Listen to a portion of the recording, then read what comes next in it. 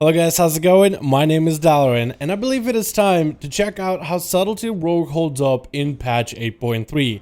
Taking a look at where Subtlety is at right now, you will not find a single Subtlety Rogue. Can't tell if it's because they are a real rogue that is staying in stealth, unseen by anybody, or they simply suck when it comes to patch 8.3 PVE. But I decided to tackle on this objective to find out if there is a viable and a strong build for Subtlety Rogues within PVE. In this guide, we'll be talking about things like Mythic Plus AoE situations, but also raid environments, everything you need to know and everything you should pay attention to when it comes to gearing your rogue as Subtlety. A very much of an underdog spec with a variety of different customizations for every situation, allowing you to play how you like, and that might be the best selling point for Subtlety. Let's take a look into this guide. When it comes to your talents, in the first row, you should be playing with Find Weakness. This one is probably the best option for Subtlety Rogues right now. Find Weakness on Shadow Strikes or Cheap Shots allows you to go through a portion of enemy's armor. And since it's Subtlety, you can always open with Shadow Strike, be it on a pack of mobs inside of a dungeon or on a boss inside of a raid. Find Weakness will be the core talent that will let you get the damage through, especially strong on single target bosses. And since all the other talents in this row don't have any synergy for AoE except for Find Weakness, where this talent will allow you to focus down on the strongest enemy inside of a trash bag, which can be deadly if left alive for a very long time in certain keys. In the next row, Night Stalker currently is the best option. However, you can play with whatever playstyle you like. Night Stalker provides the most amount of damage right now. The earlier you start playing with Night Stalker, the more used you'll get to the energy regeneration with Subtlety, and more damage you'll see early on out of your spec. In the third row, Deeper Stratagem right now is the most viable option, provides extra damage on our finishers, especially powerful for subs since our Mastery buffs the damage of our finishers as well. In the level 60 row, I usually go with Cheat Death. You could take anything you like, but I prefer Cheat Death as it is an easy safety net that can get me out of a tough situation and even sometimes allow me to ignore certain mechanics so I can keep pumping damage into the boss. In a level 75 row, you can take whichever talent you like. Pray in the Wick can be used to lock down targets and create burst opportunities for your allies inside of keys. Shot in the Dark can be used inside of keys in order to create a lot of cheap shots. However, that's usually not where I tend to spend my globals while I'm shadow dancing. And Night Terrors provide a slight AoE slow, not the most potent AoE slow. There's a lot of other classes that can provide a much better AoE slow if one is needed, but if you don't have one in a group, Night Terrors is a solid choice. In the next row, it's going to be a choice between Dark Shadow and Envelop in Shadows. With Envelop in Shadows, you'll go for a more sustained playstyle. The longer the enemies survive, the better this talent becomes. Particularly good on boss fights and on bosses when they are tyrannical. Or particularly good if you're going to be chain pulling from one trash pack into the next. Dark Shadow is a little different. You will use Dark Shadow if you're going for a fight within a boss fight where you don't have a lot of uptime like Rathian. You'll want to sink as much damage as you can while you're on the boss, because you won't really be able to touch him afterwards, so you want to front load a lot of your damage into your burst. Dark Shadow is also great inside of Mythic Plus keys if you're going for a massive big burst all in a single go. Great for fortified weeks where you're just trying to nuke down trash bags and where boss damage is not where nearly as important. However, Envelop in Shadows can also work on fortified weeks, and Dark Shadow can work on long boss fights as well if you're looking for a little bit extra burst. I would say play around with this or sim and figure out which one fits you best, but that's how I differentiate these two talent options. Finally, in the last row, Master of Shadows is generally the best pick. It provides you extra energy every time you enter stealth or every time you gain yourself Shadow Dance. Now, you can go Secret Technique as well. It provides you a little bit extra cleave and AoE, can be good inside of dungeons, but Master Shadows can be just as good as well, all depending on the fight. And that's one of the advantages of Sub-Rogue, being able to customize your talents exactly to the enemies you will be fighting, depending on the dungeon, depending on the bosses, depending what the fight offers. If there's adds or not, you can front load your damage for more single target sustain or heavy burst, or mix and match any one of those two playstyles. Now for stats, Subtlety can be a little bit finicky, but I'll try to provide you guys as best as I can what I am running with my current build. So if you're trying to replicate the current build I have, This should be probably the most up-to-date stats. You can always sim your Subtlety Rogue because sims will provide you the most up-to-date, accurate information. Certain stats become less useful, like let's say stacking mastery for one class might be just a thing, just stack as much mastery as you humanly can. For other classes, stacking a certain amount of crit, eventually crit drops off in value, but you never really know where that drop off is until you sim. So with Subtlety, you can of course sim your character, but if you want a quick cheat sheet, then these are my stats for this current build. I decided to stack a lot of mastery as my main priority, going into critical strike because the more abilities crit, the more damage we passively do. Then go into versatility to buff overall all the damage we have. Haste is fairly low in priority for Subtlety because of other mechanics that allow us to get a little bit extra energy regen and extra auto attacks with double dagger playstyles. Haste can be good with specific corruptions, so if you have specific corruptions and you feel that maybe you might be able to make a haste build around those corruptions, maybe they're so powerful just in raw output that they might do more damage than your class abilities, then it's definitely worth simming your character. When it comes to your consumables and gems and such, let's talk about everything you will want. First of all, gems can either be mastery or critical strike. I prioritize crit in most cases because if my abilities crit, they do double the damage. However, mastery will provide you a little bit of that consistency. If you're not seeing your stats of crit, mastery, and versatility at about 1,000 points each, then you should probably keep slotting in gems until you get those stats to at least about 1,000. Afterwards, I would prioritize crit, so it really depends on your build. For enchants, I would go for mastery or critical strike for your rings. If you're not sure which one is better for you, go one mastery in one ring, critical strike in the other. For your weapon enchants, I would recommend going at least one force multiplier, and I would go with deadly navigation in the other. The crit procs are quite nice, and you really do want to prioritize eventually some more crit out of your build. When it comes to consumables for your character, you will want to make sure you have agility flask, and for boss fights, you'll want to go for unbridled fury potion. This one does probably the most amount of single damage currently for subtlety. For your food, you'll want to go for crit food, at least that's what I would recommend. Again, unless you are lacking in mastery, then I would go for mastery food instead of that. So for the Azeroth setup, in terms of traits, we are going to be stacking one trait and then getting a bunch of variety of traits because of various specific benefits that complement this playstyle. The trait we will be stacking is Knight's Vengeance, which will transform our rotation where Nightblade is no longer a debuff that we just maintain the whole time, but rather we use it at 1 or 2 common points to prime the next Viscerate to do a hell of a lot of damage. So this will actually affect your gameplay. We'll be Nightblading at 1 or 2 common points in order to get fat Eviscerates back into our enemy. For some of the other one-off traits that you will want to have is First Dance is a must-have. Every time you dance, it'll give you free common points, which will mean beefier Eviscerates and far more Eviscerates, less global suppressing Shadow Strike, and it provides you a nice haste buff, which means we can forego haste on our stats almost completely because First Dance will provide us that extra haste that we wouldn't need from gear. Then there's also a trait of Inevitability. It'll make your Backstab and Shadow Strike deal slightly more damage, but every one of those abilities will also extend your Symbols of Death by half a second. That means that during your burst opener, you'll get a slightly longer duration of your Symbols of Death, which means a little bit more value out of the burst that you put out. From there, we have a couple different options. You can go with something like Heart of Darkness. If you have Heart of Darkness in your gear, you just need to make sure you're at least 25 corruption and all your secondary stats are beefed by quite a bit. Another trait that's also decent if you want to grab it is Blade in the Shadows, which will make your Shadow Strike get a stacking buff, so it hits harder and harder until you get 10 stacks. It'll also make it cost slightly less energy. Most of you guys won't notice a difference, but it still is a decent trait to pick up. Another buff that's actually good for sub is Blightborn Infusion, and that one can be only gotten from a couple pieces of Azeroth gear from the Azeroth vendor. This is going to be a Mythic Plus chalk set, and Blightborn Infusion gives you a proc for critical strike. It gives you quite a bit of crit, which will allow you to do more damage when it procs. It generally will line up with your burst opener, and with just about every other time you have your burst, it just has a decent proc chance for it overall, and it synergizes well with the subtlety playstyle.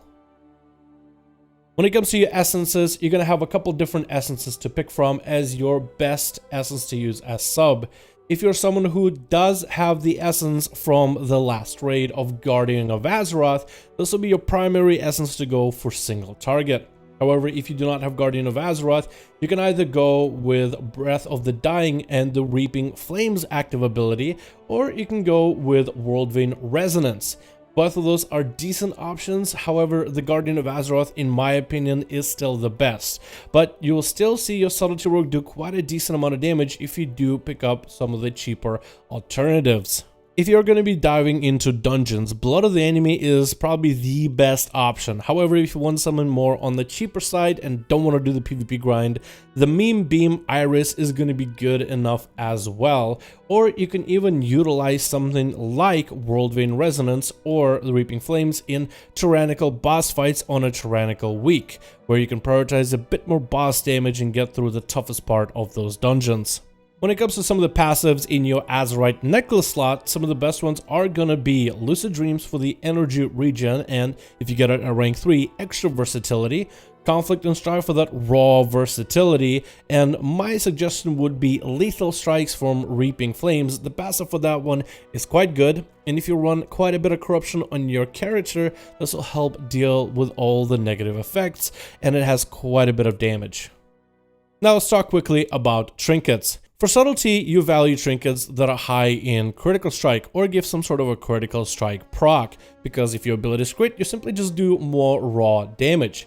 Also, you like trinkets that have maybe a little bit of haste to the playstyle, especially if you are very heavily synergizing yourselves with corruptions. But majority of decent trinkets for Subtlety can even be found from dungeons, so you probably have the best setup of some of the classes for some of the trinket variety. If you're looking for trinkets from Eternal Palace, the Razor Coral and Dribbling Inkpot are both very good. Razor Coral is still insane even to this day, and a lot of people are going to be running Razor Coral because it's just so powerful. The crit proc is insane, the damage it provides is still relevant to this day, and I would say it's probably the top end trinket overall. If you want some of the trinkets from the brand new raid, you won't go wrong with Humming Black Dragon Scale, which provides you almost a constant haste buff, which is quite nice for the auto attack, energy regen, and corruptions, and the agility on it is still quite good. Another decent trinket for Subtlety that combines the bursty playstyle is Writhing Segment of Destergath. You would think that this is actually an AoE trinket, but the damage it provides is split, so it's a lot better to use it on a singular target. But if you find yourselves unlucky inside of raids or the old raid tier and don't have some of the older trinkets, the new ones from dungeons are still very competitive. I would recommend Deadeye Spyglass. The crit proc, especially on a singular boss fight, is quite powerful, and you'll be able to push out quite a bit of damage with it. Another trinket that's good from inside of dungeons is Harlan's Loaded Dice. It provides you a proc for Mastery, Haste, and Crit, which are all 3 stats that you utilize. If you're not sure which trinkets are good for you, you can always check out the Discord channel, where we actually have quite a variety of useful links. One of those links is sims for different trinkets for different specs of rogues, and you guys can find some information from the Discord in the link below. When it comes to corruptions, I would say the first rule of corruptions is do not cleanse them. If you get a piece of gear with a corruption, and sometimes websites will tell you to cleanse them in order to gain more damage, no matter what happens, if you are someone who's a rogue main, do not cleanse any of your corruptions. As the game goes on, we will be able to get a better cloak, and a better cloak will mean more corruption resistance. So some of the powerful effects that you might have gotten from corruption gear, you might be able to use at a later time to make a rogue even stronger. Some of the corruptions that are probably the best for rogues are going to be something like a Gushing Wound, or maybe even stars for pure single target fights. Some of the other corruptions that are also quite good are the ones that augment your crit, versatility, mastery, or even gives you procs for any of those stats. Those can be also good on a character. In the end, Twilight Devastation ends up being the only thing that really affects your AoE burst. It gives you quite a bit of damage, and it synergizes really well with this bursty playstyle of Subtlety, where you're not about that consistent damage, you're about one-shotting players, and to throw in a TD in there as well will make for a very powerful setup. The rotation for Sub-Rogue is very simple, and in a sense can be explained through your opener. So for your opener, as a sub-rogue, you'll want to start with a Shadow Strike, follow that up with a Nightblade on the enemy. This primes your Eviscerate to do quite a bit of damage, and we'll be utilizing this playstyle with Backstabs and Nightblades into massive Eviscerates. You follow that up with Shadow Blades, you pop your Essence, and you go ham with Shadow Dance, Shadow Strike, which should give you the common points enough for an Eviscerate, double Shadow Strike into an Eviscerate. Backstab into Nightblade to prime you Eviscerate again, Dance, Shadow Strike into Eviscerate, Shadow Strike, Eviscerate, and you repeat that until infinity. Eventually you do run out of cooldowns, you don't have Symbols of Death, and you don't have Dance, so you'll just start backstabbing the enemy. Sometimes it is a good idea to delay a Shadow Dance or to delay a Symbols of Death to combine them together. And you shouldn't really worry too much about Shadow Dance charges. As long as you're not overcapping on Shadow Dance charges, you should be good to go. I would say the biggest thing about Subtlety and getting used to the playstyle with this type of setups is really just trying to get used to the energy regeneration and figuring out a good time when to press Shadow Dance. For example, you don't want to press Shadow Dance when you have literally no energy. You want to have a little bit of energy pulled before you really go into the setup. So sometimes it's a good idea to maybe delay charges of Shadow Dance so you are aware and are sure that the next Symbols of Death will flood you full of energy and will let you have your full rotational setup. The biggest thing I would say that makes the playstyle for sub feel kind of sometimes maybe inconsistent, but not in a terrible way, is the fact that Subtlety sometimes just generates a lot of energy. Sometimes it can generate common points because you have passives where on your auto attacks you have a chance to generate a common point and gain back a little bit extra energy. So if you're getting flooded with common points and energy, this is where you really should take advantage of the situation and just start slamming damage into the boss. However, moments when you don't have it is when you really should slow down, pull your energy, because when you're popping off cooldowns and you have zero energy to use anything on, this is where you're going to have the most damage loss. When you play AoE as sub-rogue, you are going to be trying to focus down a singular enemy inside of a trash bag. Normally, the best choice of action is to find the toughest guy with the most amount of health and try to Shadow Strike him in the opener. Hit him with an Nightblade, and then you'll be using Shuriken Storm to generate common points and use Eviscerates on the primary target. Shuriken Storm generates a common point per enemy it hits, so we'll be following a slightly different priority of how we attack the enemy depending on how many common points we generate. If you're on a trash pack and every single one of your Shuriken Storms gives you 5 to 6 or even more common points, just keep using Shuriken Storm into Eviscerate and keep rapid firing those Eviscerates into your primary target. Make sure to refresh Nightblade if that buff is about to fall off. However, if you're doing a smaller trash pack where you're generating maybe 4 to 3 common points a Shuriken Storm, it's better to use Shuriken Storm into Nightblade to prime your next Eviscerate. Use Shuriken Storm a couple times to get yourself 5 to 6 common points and then Eviscerate the enemy, and this way you'll kind of offset the low amount of targets for a much beefier Eviscerate, and the damage numbers through this playstyle just simply work out better in a smaller target situation. As a sub-rogue, be on the lookout for any fights where you're able to cleave a lot of smaller adds. Things like Shrine, the first boss, has droplets, and if you tell your team members not to kill droplets, that's quite a lot of common points for you for extra freebie damage. If you're trying to burst on a trash pack, make sure to press Blood of the Enemy before you really start doing damage, and that's essentially the complexity of sub-rogue in AoE.